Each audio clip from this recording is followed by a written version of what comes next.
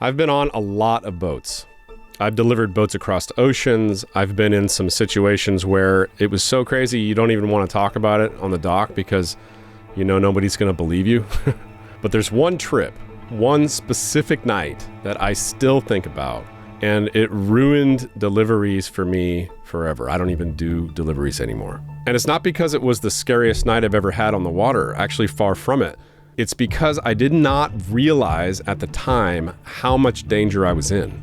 We were in the Caribbean. It was the middle of the night. We were about 150 miles offshore. The wind was pumping. It was blowing like 40 knots. And I'm standing in this boat. The water's up to my ankles. The floorboards are floating around. My crew is on his hands and knees with a vacuum cleaner because the bilge pump was dead. And then the batteries die. It was one of the worst situations as a captain that you can be in. In this video, I'm going to tell you the whole story. This is a true story. We're going to talk about why it happened, and how boats are still crossing oceans with this problem. And most people that are doing it don't even know about it.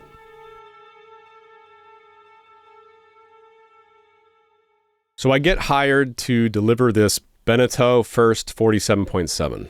If you don't know what that is, it's a 48-foot boat. It was designed by Bruce Farr. It's a racer cruiser type boat, so it's got a big tall mast and a big long keel. The forces on the boat are really big. It's got a big steering wheel, so you can drive from the back and sense the boat and have a crew on board to handle everything else. It's a fun boat to sail. I've sailed them before. People take them offshore all the time. So it wasn't a huge ask when the owner called me and said, "Hey, I'd like you to deliver this boat from Bahamas to Cartagena." I said yes. I put a crew together, flew to Bahamas, and we took off. And the first part of the passage was totally fine. We went down through the Windward Channel. That's the channel between Cuba and Haiti.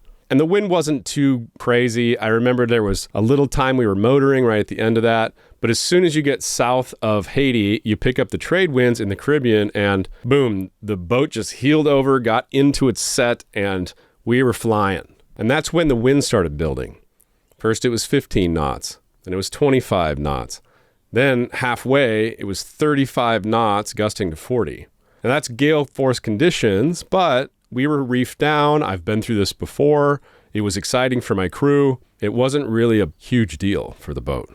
But, of course, that's when the bilge pump started going off. First, it was like every hour.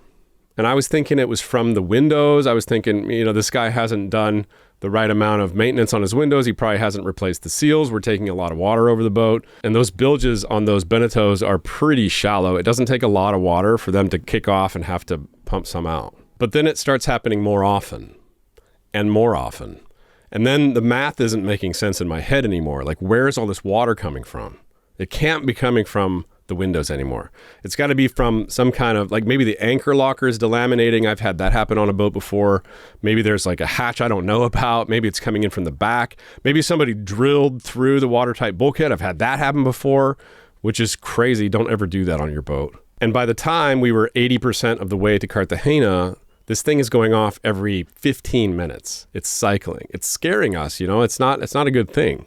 I pretty much figured at that point it had to be coming from the keel because there was just nowhere else there was enough water. So now it's the last night out to sea.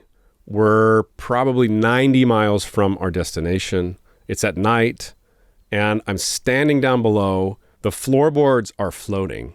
I'm ankle deep in water. So we're on our hands and knees. We're taking turns vacuuming the bilge out, passing it up to the crew in the cockpit. He dumps it overboard, puts the vacuum cleaner back together. We go back and we vacuum the bilge out again. We're doing this about every 15 minutes. Nobody's sleeping. Everybody's kind of nervous. We're handling it. Like, there is no water in the boat for 5 minutes at a time. And then the batteries die. The pump has been running so hard for the last 2 days that it drained the house bank. And we were too busy getting the water out of the boat to really notice. I mean, we noticed that it was going down, but we didn't think it was going to die. So now I have no autopilot, no GPS. It's at night. We have no lights. The boat's flipping around in circles. So I put somebody out on the helm. We're still vacuuming down in the dark. I try to go and bridge the house bank with the starting bank so we can get some lights because they're lithium. and AGM batteries, and they don't talk to each other, and they're not really connected to each other. And when lithium batteries go down to a certain point, you have to bypass the BMS. You have to kind of trick it into thinking it's being charged for it to take a charge. So even though we got the engine started, the house bank would not turn on anything because it thought that, hey, I'm dead. I'm in a safe condition. It was horrible. It took me a couple of hours to figure out, like, take all the wires apart and bridge the two batteries and then get the lithium bank back online. But we got it back online. We got the autopilot back. And right as all that was happening, we were going around the Cape of Barranquilla, and we were getting in the lee of the Sierra Nevada mountains. And I am convinced that the Sierra Nevada mountains are the reason I'm talking to you today, because that mountain range blocks all of the trade winds from the Caribbean. So it went from 40 knots to like 15 knots. And it took so much pressure off of the keel that the water ingress got way better. And we ended up pulling into Cartagena right as the sun was rising. We were all very knackered and very relieved. So that day, we got the boat hauled out because I knew that the bilge pump was dead and the bilge was leaking. I know the owner of the marina. This is my marina that I take my personal boat to. It's called Marina Manzanillo. The guys are awesome. A huge plug for those guys to have dropped everything and gotten an emergency haul out for this boat. They got us out within an hour. And when we got the boat on the hard, I want to show you what I found, but I need to explain to you how these boats are built for you to really understand what you're looking at, because you're going to see the problem immediately. Almost every production boat from 35 to say 50, 55 feet is built the same way. They lay the hull up first, just the shell. It's fiberglass or a sandwich with some wood in between, and it's thin, it's curved, it's stiff in that curved shape. Think of it like an eggshell. It's strong in some ways, but on its own, it's not strong enough to support an entire boat out in the ocean. Then they build something called the grid separately in a completely separate mold. The grid is the internal skeleton of the boat. It gives it stiffness. And it's one big prefabricated structure that has all the slots for the bulkheads and the berths and the cabinets already designed into it. The whole interior system is built into the grid before that piece ever goes into the boat. And that's really smart engineering. If you want a 2-cabin boat with 2 heads, you have all the slots in that grid already laid out for that configuration. If you want a 3-cabin boat with 3 heads, that is also available in the same grid. You just put the bulkheads in different spots. It's fast, and it's honestly the best way to build boats efficiently if you're worried about cost, if you're in that cost-conscious manufacturing. And then they take that grid and they pick it up and they drop it into the hull, into that eggshell that we were talking about. Now, before they do that, they coat the entire bottom of the grid with methacrylate glue. Now, this is structural glue. They use it in airplanes. It's aerospace grade, one of the strongest glues known to man. And most boat manufacturers use it somewhere, but in this building technique, they use it for the entire bottom of the grid. And they just stick it in the boat, it squishes the glue, and that bond is what holds the entire structure together.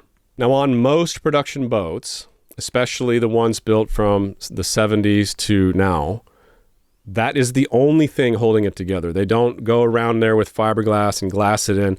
If you get a boat long enough, like I've seen, for instance, on the Hansa 588, they glass the entire grid into the boat because it's such a big boat and it's so much money that they're worried about that happening later on. But on boats that are sub 50 foot, you usually get just methacrylate glue holding those two pieces together. And for most boats, this is a great way to be built. They last for years and years and years like that, sometimes their whole life, and nobody's the wiser, and they don't really need that extra manufacturing cost built into the boat. But a Beneteau 47.7 is manufactured in a way where the loads are so big and the torsional twisting is so big because the mast is going this way and the keel is going this way and the boat is trying to rip itself apart, and that bond between the grid and the hull is under so much tension that the harder that you sail these boats like this, the more apt they are to separate. That 9-foot keel under the boat is like a big pendulum. And what a lot of people don't realize is, yes, you can reef the sails and you can take some of that leeway and some of that force off of the mast, but you can't reef the keel. If you have 9-foot keel in 25-foot waves and they're beam onto the boat or behind you and you're surfing down them, it doesn't really matter. All of that force of the whole weight of the boat is on the keel and the keel's moving laterally, and it's something's got to give there. And it doesn't give a lot. It gives just a little bit, but it gives a little bit every single wave. First, it starts as a microfracture in the front, and then it moves back and back and back. And every time it's really, really pressing and trying to push this way on the boat, it's cracking that methacrylate even more. And over 20 years, if you race that boat every weekend in the beer can races, you're going to separate that bond. Let me prove it to you. So here is the day we got in on the hard. This is the grid, and this is where it meets the hull. These two things should be one solid surface. No gap, no separation, no crack. Look at this. The grid has separated from the hull along almost half of its length. From the rear keel bolt forward, those two pieces are no longer connected. The methacrylate glue has failed, which means the hull is flexing independently of the grid. They're two parts of the same boat, moving separately from each other. Now look at the keel bolts. These bolts run up through the keel and through the grid. With a 9-foot keel on a 47-foot boat, these bolts are load-bearing in ways that are hard to overstate. And because this grid was separating, because everything was flexing and moving, the bedding around these bolts had cracked. It broke down, and seawater was finding its way up through the bolts. As the loads increased from the keel, the seawater seeped in and just came up from the bottom. The crazy part about this is the hull below the waterline is completely intact. There is no problem with the hull. This is still how it's designed. The problem is there's no structure keeping that force from opening up the holes that are for the keel bolts, for the bolt-on keel. When I saw this, and when I realized how bad it was, because when we were doing our inspections out to sea, it wasn't something that we were looking for. So I didn't really realize how bad it was until we got into port. We were worried about sinking the boat, right? Or keeping the batteries on, or there was always something else to do rather than inspect the entire, structure of the boat. When we got into port and when I realized what was going on, you can just imagine how my heart sank. I was thinking, holy shit. The forward bulkheads, both of them were not connected to the boat. The forward compression bulkhead, that's the forward bulkhead on the boat, it acts as a big, thick stiffener. Every boat has one. This is that bulkhead. And that was cracked on the top where the mast went through the boat, which is a telltale sign that you have your keel moving around and the grid's moving around. So if you ever see a crack up here on this bulkhead, on this forward bulkhead, right where the mast is, you've got some big problems. And then I realized everything pretty much halfway and forward was just not connected at all. We came so close to losing our keel. If we had been out another day, we might have ended up exactly like a sister ship to this boat called the Cheeky Rafiki. We're going to get to that story in just a second. But before that, if you own a production boat like this, here's what you need to do. Pull up all your floorboards on your entire boat and inspect your entire grid. This is what the grid looks like without the interior in it. So you need to find every piece of that grid and start looking for hairline cracks. It's not going to be like these pictures I'm showing you now. This is very severe failure. It's going to start as a crack in the methacrylate, and it's going to look like a crack in the paint because it's methacrylate glue on two pieces with a bunch of paint over it. Check the structural bulkhead, which is this one, right at the mast, at the top and bottom. Make sure there's no buckling or cracking or anything like that. And if you're buying a used boat, make sure that there's not a new paint line right around that, because this can be filled in. A lot of people will see this problem and they'll go and they'll do a crappy repair on it. They'll cut back all the cracks. They'll fill it with some epoxy or whatever, and then they'll just paint over it. And that's not the right way to fix this. This needs to be completely glassed in. It is a huge job. As a matter of fact, if this happens to a production boat, 99% of the time they're going to scrap the boat, because the whole interior has to come out of the boat, which means cutting a bunch of stuff, and it's going to cost over $100,000 to fix. And then the whole thing needs to be glassed in.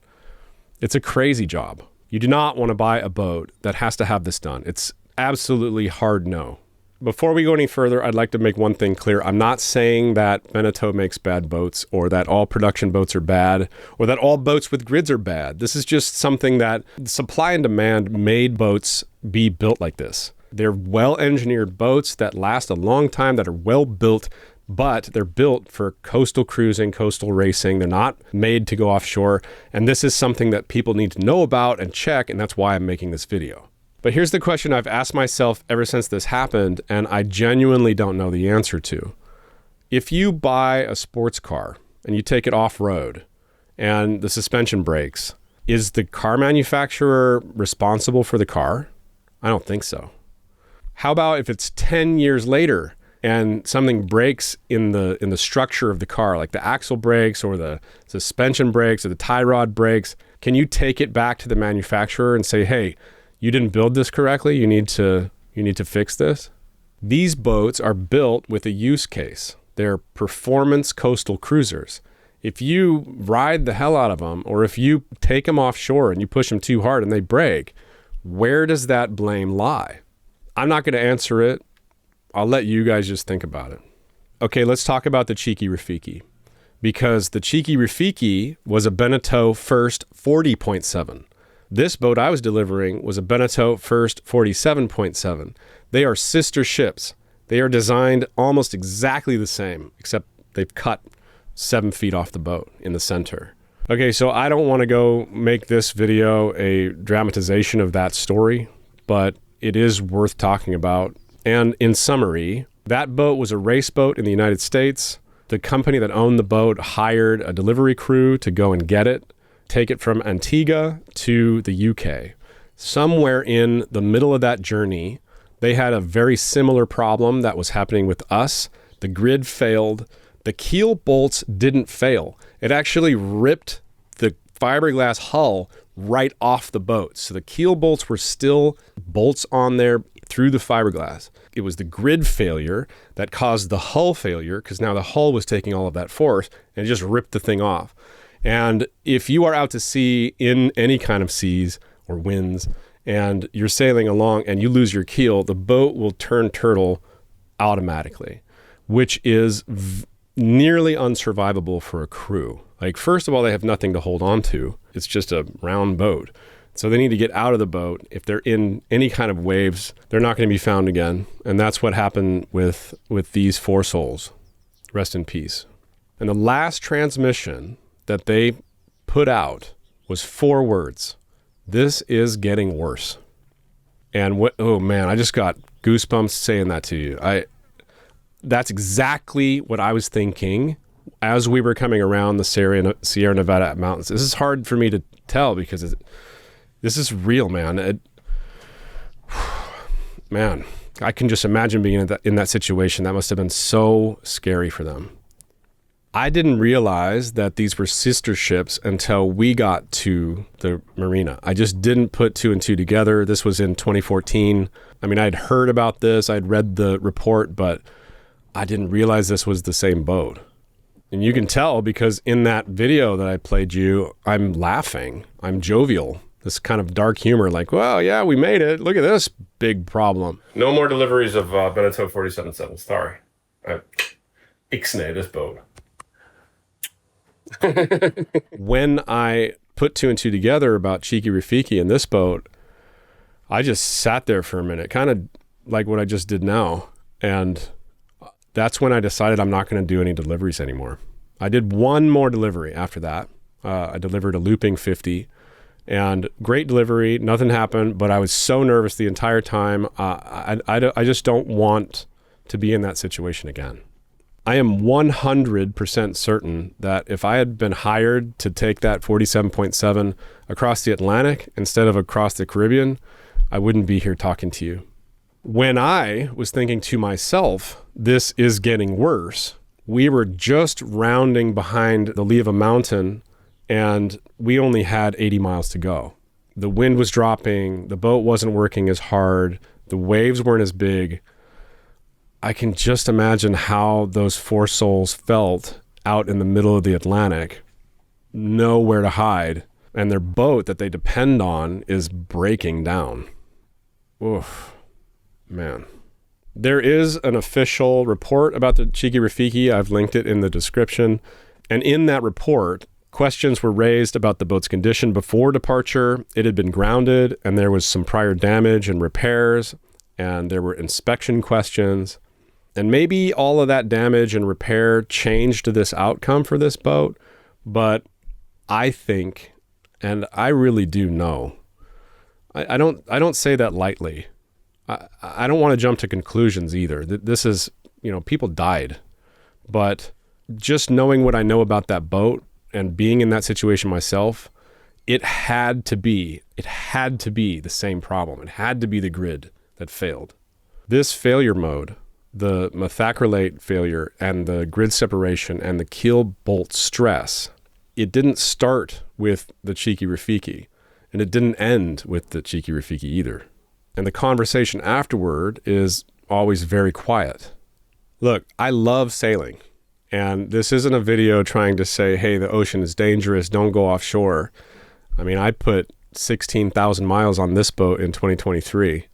All I'm saying is, as a responsible captain, you have to know what's under your feet. You have to know how your boat is built. Pull up the floorboards, look at your bilge, look at your floor, understand how your boat's built, understand the weaknesses, and understand if it is all bonded correctly. The Cheeky Rafiki crew were experienced crew. They all knew what was up. They knew how that boat was built. They just ended up on a boat that was at the end of its life cycle with this problem. Don't let your last words be, this is getting worse. Okay? Sail safely. I hope this taught you some stuff. Much love. See you next week.